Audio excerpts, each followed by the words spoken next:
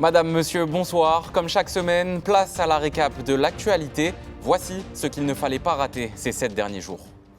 On ouvre ce journal avec la colère des agents pénitentiaires mobilisés lundi devant la prison de Ducos. Les syndicats dénoncent une organisation interne qu'ils jugent incohérente avec des effectifs mal répartis. En toile de fond, une extraction de détenus dangereux menée selon eux sans les renforts nécessaires. On fait le point sur cette mobilisation avec Sandrine Claude.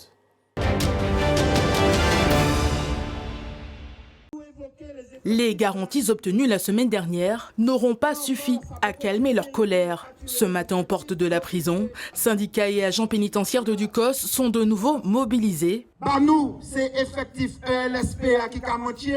La question des effectifs est cette fois pointée du doigt. Plus tôt, une réunion a eu lieu en visio depuis Paris avec l'administration, sans pour autant satisfaire les organisations syndicales. Il était tout à fait normal qu'on se penche sur les effectifs dédiés à l'équipe locale de sécurité pénitentiaire. Il en ressort effectivement des incohérences dans la conduite des organigrammes de référence. Le fait que les effectifs n'aient pas été bien fléchés sont de nature à avoir impacté l'organisation du centre pénitentiaire. Dans un contexte de surpopulation carcérale avec des effectifs qui ne sont pas très bien,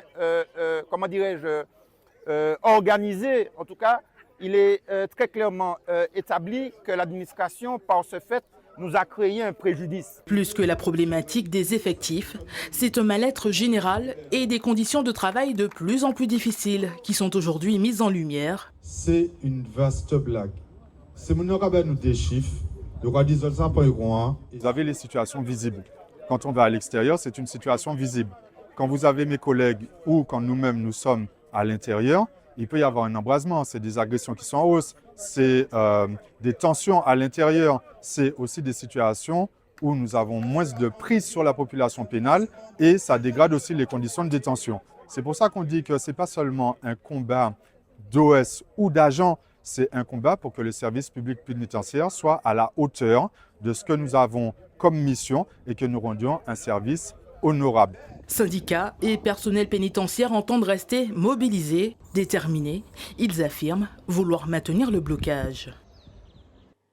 Mardi maintenant, et l'actualité nous emmène à Fort-de-France. Le quartier de Debriant était encore sous le choc après un nouvel homicide par arme à feu survenu la veille au soir. Un jeune homme de 23 ans a été mortellement touché vers 23h30.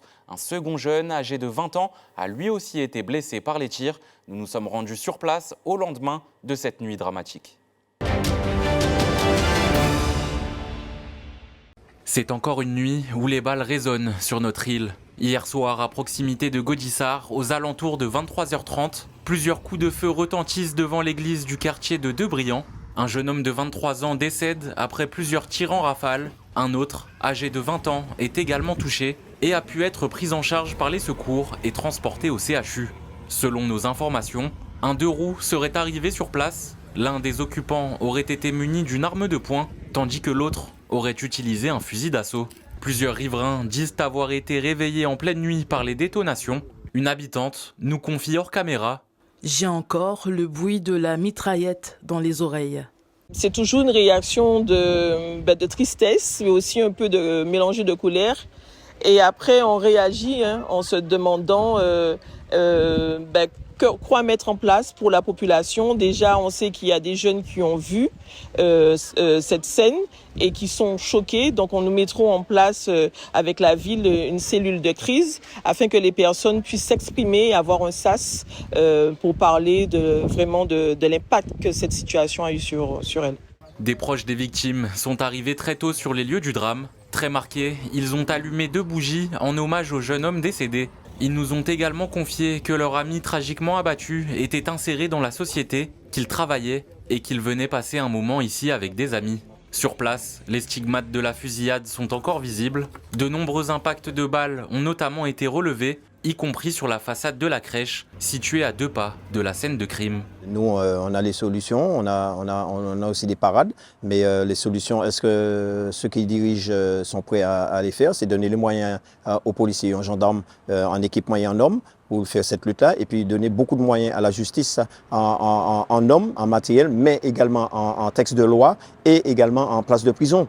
Donc c'est encore dommage qu'on arrive à une fusillade encore et qu'on perd un de nos enfants. Une enquête a été ouverte afin de déterminer les circonstances précises des faits et d'identifier les auteurs. Toujours mardi, et on se rend désormais au tribunal de Fort-de-France. Après 12 jours d'audience, le verdict est tombé pour les grands frères de Guadeloupe. Les 13 prévenus étaient jugés pour association de malfaiteurs en lien avec la mobilisation contre l'obligation vaccinale en 2021. 6 d'entre eux ont été relaxés, les autres condamnés à des peines de prison, ferme ou avec sursis. Nous sommes allés à leur rencontre pour recueillir leurs réactions après ces décisions. Comme je l'avais dit, depuis le premier jour du procès, j'étais très confiant concernant les éléments qu'on avait apportés au dossier. Et j'étais venu pour ça, pour en découdre. Donc le résultat est là, fier de moi, fier du travail qu'a accompli mon avocate. Il y a quelques petites choses qui traînent pour certains camarades dont je ne suis pas satisfait. Je dis que la justice a rendu son verdict aujourd'hui, mais que le combat continue. Je suis content, comme je le disais tout à l'heure, content d'avoir été écouté par la juge qui semblait comprendre en tout cas les problématiques de nos territoires et qui a sûrement dû prendre ça en compte pour prendre sa décision.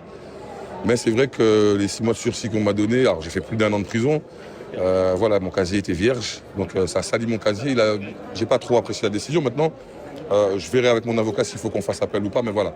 Donc content d'avoir été écouté par la juge, mais moins content de la décision. On m'a condamné à 18 mois de sursis. Et moi, j'ai déjà effectué une peine de 18 mois ferme. Et hors de chez moi, en hexagone en plus. Donc là, on voit très bien que c'est un simulacre et qu'ils savent très bien que leur dossier, c'est un dossier qui a été inventé par un procureur carriériste. Et donc, au final, les masques sont tombés. Bon, je suis à moitié satisfait, pour ne pas dire que je suis totalement déçu de ce que je pensais être la justice. On ne peut pas être satisfait d'une condamnation quand on sait qu'on n'a rien fait. Tu sais, je suis quelqu'un... j'ai toujours pris mes responsabilités dans tout ce que j'ai fait, tout ce que j'ai pu faire auparavant. Et en aucun cas, je peux me satisfaire d'une condamnation pour laquelle je sais injuste. Je suis relaxé d'escroquerie, je suis relaxé de ce pipe qui a été brûlé, on ne sait même pas c'est qui. Je suis relaxé de pas mal de choses. On m'a juste condamné au final pour le fait d'être monté au créneau sur des barrages, etc. Donc au final, ils étaient obligés de condamner. Tu vois, je pense que c'est ce sentiment-là. Elle n'a pas été jusqu'au bout. Elle n'a pas peut-être eu le courage d'aller jusqu'à la relaxe totale pour tout le monde, en sachant que si c'était le cas, ils auraient dû casquer gros. Retour à la prison de Ducos, mais dans un tout autre contexte. Après la mobilisation des agents, place cette fois à l'insertion professionnelle. La mission locale du centre pénitentiaire y a organisé une session de recrutement. 3 entreprises sont venues rencontrer des détenus pour leur proposer de vraies perspectives à la sortie. Plusieurs jeunes ont d'ailleurs décroché des propositions de contrat. Les précisions avec Sandrine Claude. Pouvoir permettre aux employeurs de recevoir les jeunes selon leur projet à eux et non pas dans le sens inverse. Ils ont un laps de temps en détention qui leur permet de se focaliser. Ils n'ont pas d'éléments extérieurs qui viennent perturber ce parcours et donc ils ont le temps de réfléchir au niveau des ateliers, des entretiens individuels et du travail qui est demandé en détention en cellule. Il y a des profils très intéressants, mais qui sont un peu écrasés et par leur parcours judiciaire et par leur vie avant. Et du coup, ils se voient complètement différemment dans le cadre de ce parcours, puisqu'on les aide à se regarder. On les aide à prendre conscience de leurs actes, on les aide à prendre conscience de leur personnalité, de leurs compétences.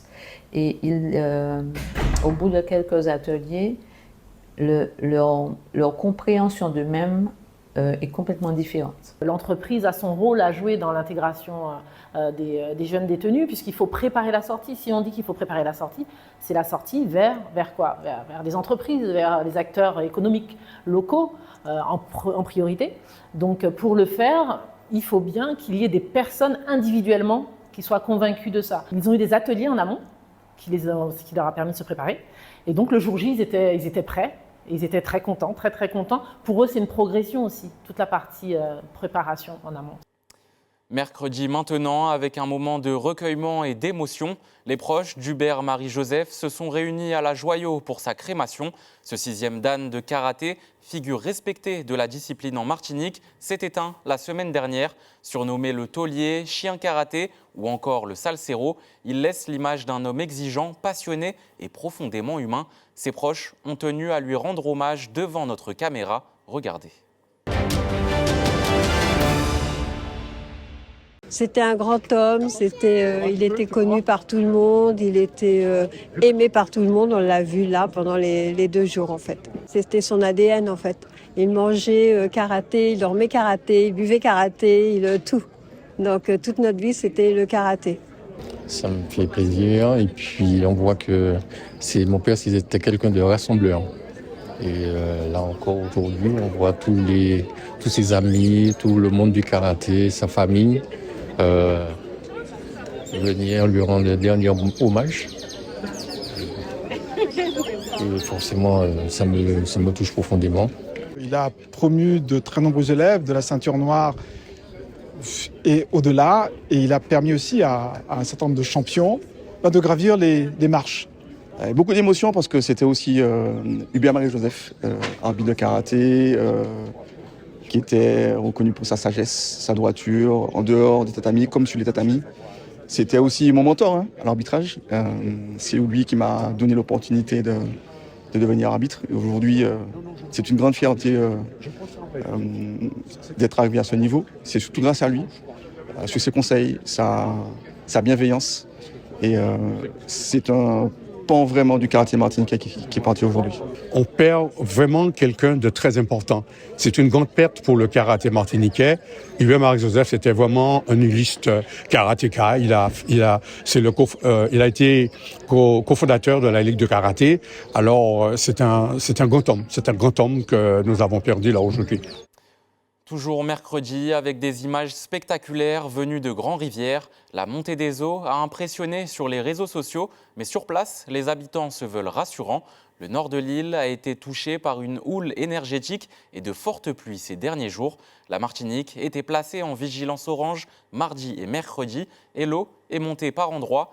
Rien d'inhabituel selon les riverains et Dorian Cayuela s'est rendu sur place.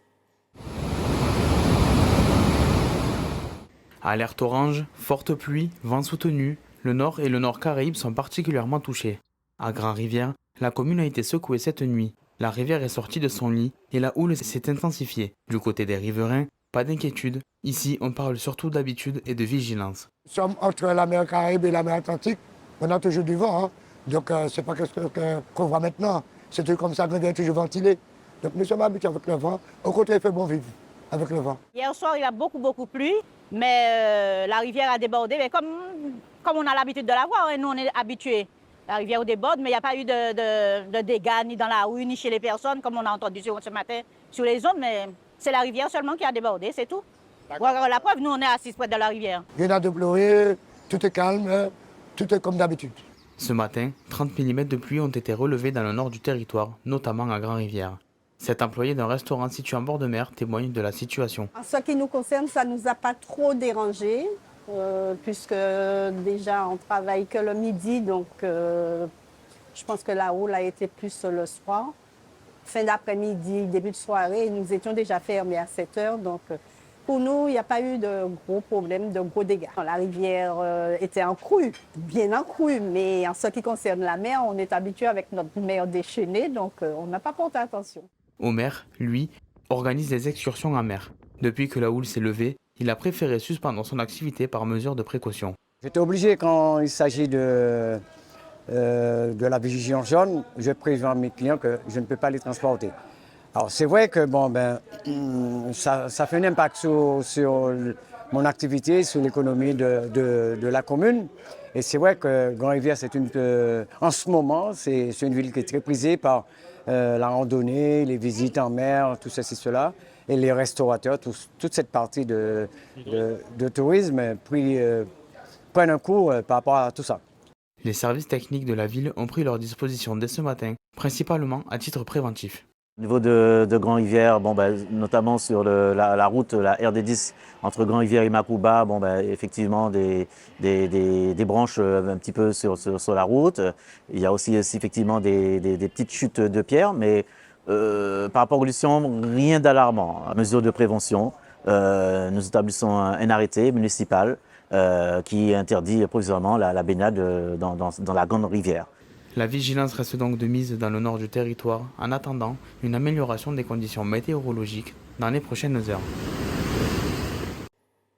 Jeudi maintenant et on bascule dans l'ambiance carnaval. Aujourd'hui, les carnavaliers ont pu découvrir le Vaval 2026 à Fort-de-France. Toute la semaine et loin des regards, le roi du carnaval prenait forme dans un atelier tenu secret.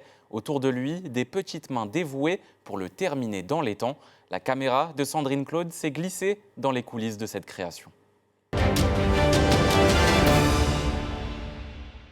Dans cette petite ruelle de Fort-de-France, c'est l'un des secrets les mieux gardés à l'approche des jours gras. Le roi Vaval est en pleine confection à l'abri des regards. Son identité, strictement confidentielle.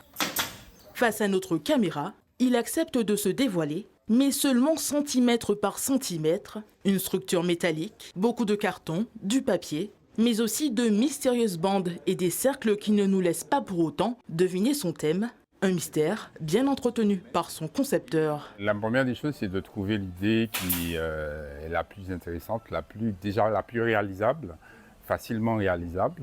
Et puis, de là vient d'abord l'idée, la maquette ensuite. À partir de la maquette, le choix des matériaux et le nombre de matériaux. Le défi cette année, c'est qu'il est beaucoup plus gros que d'habitude. Et on a dû même reconfigurer l'atelier pour le réaliser. Dans l'atelier, c'est l'effervescence depuis maintenant 10 jours. Les petites mains s'activent dans un concert de scie et de marteaux. Cette année, une vingtaine d'étudiants du campus caribéen des arts sont mis à contribution, une aide essentielle pour finir Vaval dans les temps. Il faut quand même respecter tous les diamètres, tout ce qu'on a à faire, et aussi la peinture, etc. Et c'est quand même un poids parce qu'on ne sait pas comment les gens vont réagir quand ils vont voir le Vaval pour la première fois. C'est un monument fort de notre culture pendant cet événement qui est le carnaval, donc c'est une fierté. Et c'est aussi un très bon moment qu'on passe tout en travaillant et donc c'est un peu le stage parfait. Derrière ce chantier monumental, l'artiste plasticien Hervé Beuz doit relever le même défi chaque année. Fabriquer un personnage immense, créatif et surtout capable de défiler sans vaciller. Revenons à notre petite enquête. Ça et là, des indices nous donnent un début de réponse. Il semblerait que le roi Vaval regarde cette année bien au-delà de la Martinique, peut-être bien vers l'international. Chacun verra la signification qui lui plaît ou les attentes qu'il a, peut-être ne sont pas celles qu'ils attendent, mais bon, il y a une réalisation de fait et on espère que ça convient. Ça plaira au plus grand nombre. C'est le moyen que j'ai de pouvoir proposer une autre façon de créer, de faire des arts visuels en Martinique. On a souvent la présence de plasticiens qui vont faire des expositions. Et là, dans un court temps, on a un public beaucoup plus grand que celui des expositions. Et puis, on a aussi la possibilité de présenter un sens, une réalisation qui a un sens. Niveau sécurité, des dispositions supplémentaires ont été prises, car après l'incident de l'an dernier, qui avait vu Vaval partir en fumée en pleine parade, pas question de se rater. Nous faisons tout ce qu'il faut pour que jamais les choses ne se reproduisent. Cette année, effectivement, nous avons pris les dispositions pour le protéger davantage, ne plus commettre la petite erreur peut-être qui a fait qu'il s'est enflammé. Mais on n'est jamais sûr de rien, même si on prend toutes les précautions, mais on est pratiquement sûr à 99,99% que celui-ci attendra mercredi décembre. Pour découvrir l'identité de Vaval 2026, rendez-vous ce dimanche dans les rues Foyalaises. Sa Majesté le Roi se dévoilera dans toute sa dimension lors de sa première sortie officielle. Jeudi toujours, et côté organisation, la municipalité s'est préparée pour un carnaval sûr et festif. Pour sa 121e édition, Fort-de-France attend jusqu'à 100 000 personnes chaque jour. Eau potable, interdiction des cagoules, renfort de sécurité et médiation, tout a été pensé pour que la fête se déroule dans de bonnes conditions. Les détails de ce dispositif face à la caméra de Sandrine Claude. Vous avez effectivement un circuit du carnaval qui est sanctuarisé, puisque nous mettons en place un dispositif de contrôle aux entrées, de manière là aussi à éviter l'introduction dans l'espace de toute une série d'objets interdits. On pense aux armes blanches, on pense aux armes à feu, etc.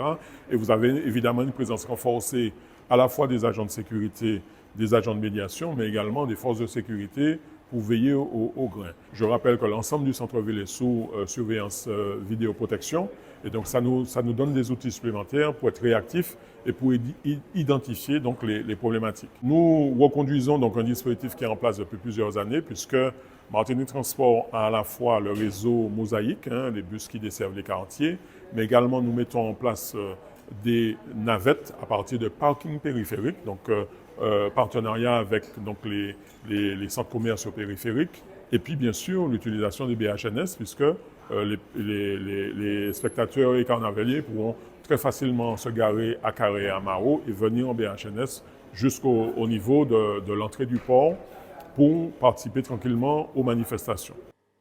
Cette fois, on s'intéresse à un débat qui anime cette période depuis plusieurs années. Le carnaval de Martinique est-il devenu trop vulgaire ? Entre chansons osées et tenues très légères, certains se montrent réservés face à cette tradition profondément ancrée dans notre culture. Nous avons enquêté pour tenter d'apporter des réponses à cette question. Regardez. Trop choquant pour certains, parfaitement normal pour d'autres. Le carnaval martiniquais est-il devenu trop vulgaire ? Tenues, paroles, mise en scène, certaines images font débat. Entre liberté d'expression et limite du respect, la question divise. Nous avons voulu savoir ce qu'en pensent les Martiniquais. En fait, on tourne souvent l'amusement autour du sexe, alors que l'amusement, c'est pas forcément que du sexe ou que des musiques mal élevées, quoi. C'est un petit peu le fait de se moquer, mais je pense qu'il y a d'autres moyens, des fois, de se moquer. C'est vrai que c'est drôle, des fois, les musiques, mais ça dépend. En vrai, il y a eu des changements, mais après, je trouve pas très vulgaire en soi. Ça fait partie de la Martinique. Après, ça rajoute l'amusement, mais c'est vrai que ça peut être trop vulgaire pour les enfants. Je suis mitigée sur le sujet. J'ai pas connu les chants autrement que mal élevés, donc on va dire que pour moi, j'ai normalisé ça, mais effectivement, c'est assez particulier, surtout quand on fait pas partie de la culture ou quand on est étranger. La jeune génération a toujours connu le carnaval sous sa forme actuelle. A l'inverse, certains aînés ne se sentent pas toujours à l'aise dans les parades. Les pratiques ont évolué avec le temps, comme nous l'explique Valériane Edmond-Mariette, doctorante en histoire. Le carnaval évolue avec son temps, le carnaval évolue chaque année en fonction de ce qui va être à la mode, de ce qui va pas être à la mode, de ce qui va participer, ce qui va faire l'actualité de l'année, etc. et tout.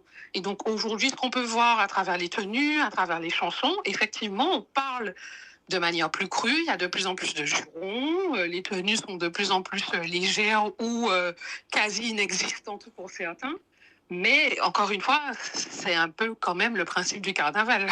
Un concept qui mise sur le plaisir et surtout sur le lâcher-prise. Pour les groupes de carnaval, c'est un vrai moment de communion avec les carnavaliers. Mais ces chants vulgaires dérangent-ils les groupes à pied ? Ah non, pas du tout, ça ne nous dérange pas, puisque voilà, nous savons que c'est une période que les carnavaliers attendent. Donc ils sont là pour s'amuser et nous, on leur donne la musique qu'il faut. C'est le carnaval, on s'amuse, on s'exprime comme on veut et pour nous, c'est un réel plaisir de les accompagner.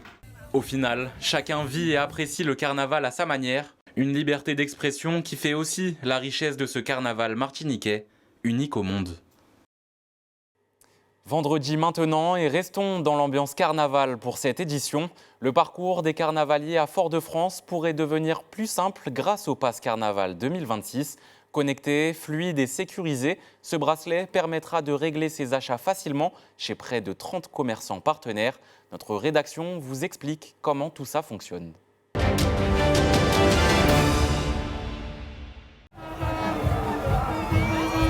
Et si cette année, un accessoire de carnaval servait à bien plus qu'à faire la fête ? Pour cette édition 2026, un nouveau dispositif fait son apparition dans les rues de Fort-de-France, le Pass Carnaval. Un bracelet connecté, pensé pour simplifier la vie des carnavaliers. Il permet de payer plus facilement chez certains commerçants, mais aussi de renseigner des informations utiles en cas de problème. Un outil à la fois pratique et rassurant. Chaque carnavalier peut faire l'acquisition de bracelets comme celui-ci. Et avec ce bracelet, il a accès à une interface sur son téléphone, de passecarnaval.fr, pour pouvoir gérer son bracelet. En chargeant en ligne, bloquer ce qui veut de mon passe carnaval. Et tu peux également activer le contrôle parental dessus pour permettre à tes enfants qui ont un bracelet entre mineurs par exemple, de pouvoir ne consommer que des produits autorisés aux mineurs. Donc pas d'alcool, pas de cigarettes, pas de drogue ou autre chose. Les parents pourront aussi renseigner leurs informations au cas où leurs enfants se perdent. Les adultes peuvent également indiquer leurs soucis de santé pour une meilleure prise en charge auprès des secours. Un système inédit pour le grand public, mais aussi pour les commerçants. Les équipes de Jonathan enchaînent les commerces pour procéder à plusieurs branchements pour la partie réseau Wi-Fi et faciliter également la vie des vendeurs foyalais. Son petit sac avec dedans son boîtier, ça permet de faire tes encaissements. L'objectif du dispositif est un peu de fournir en fait un Internet sûr pour les encaissements, notamment dans le cadre de notre dispositif. Donc aujourd'hui là, j'ai un point d'accès Wi-Fi que je suis en train d'installer pour l'un de nos commerçants afin qu'il puisse être sécurisé sur sa connectivité réseau pendant le carnaval. Dans ce restaurant en plein cœur de la capitale, le pass carnaval permettra d'attirer la foule sans problème de paiement lié à la connexion Internet. Il y a toujours des petits moments où ça peut déconnecter, surtout quand il y a beaucoup de personnes à Fort-de-France le mardi. Mais après, on est habitué.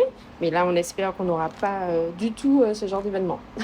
Ça va améliorer l'encaissement client, peut-être fluidifier aussi, on l'espère, le passage des clients sur notre bar et puis potentiellement nous rapporter plus de clients surtout. Paiement facilité, meilleure connexion pour les commerçants et un outil pensé aussi pour la sécurité du public. Le Pass Carnaval 2026 marque peut-être le début d'une saison de fêtes plus connectée, sans rien enlever à l'esprit festif.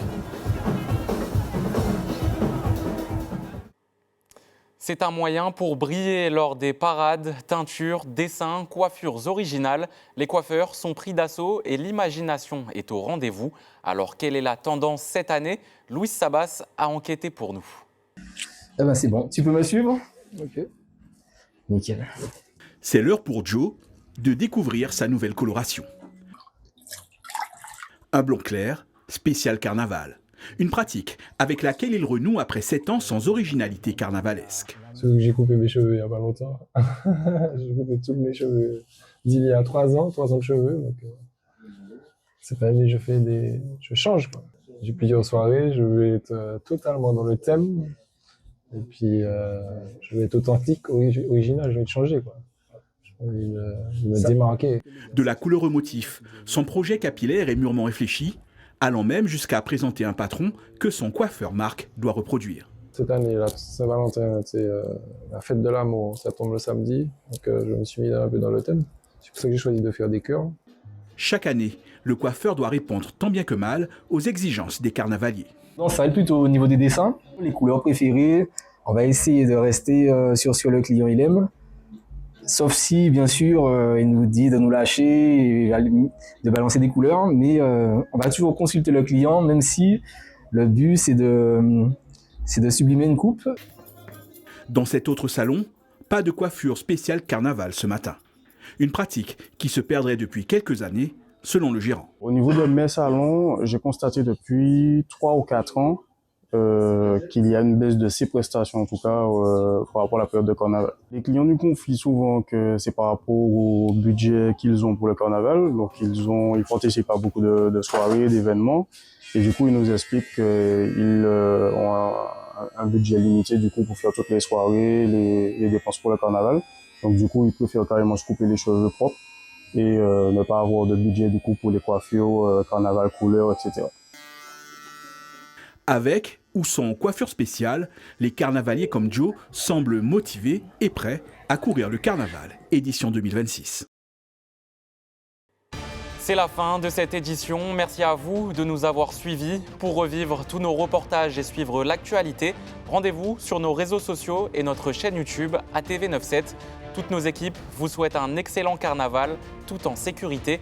Quant à moi, je vous retrouve dimanche prochain, même heure, pour un nouveau JT de la semaine. D'ici là, passez une excellente soirée sur ATV.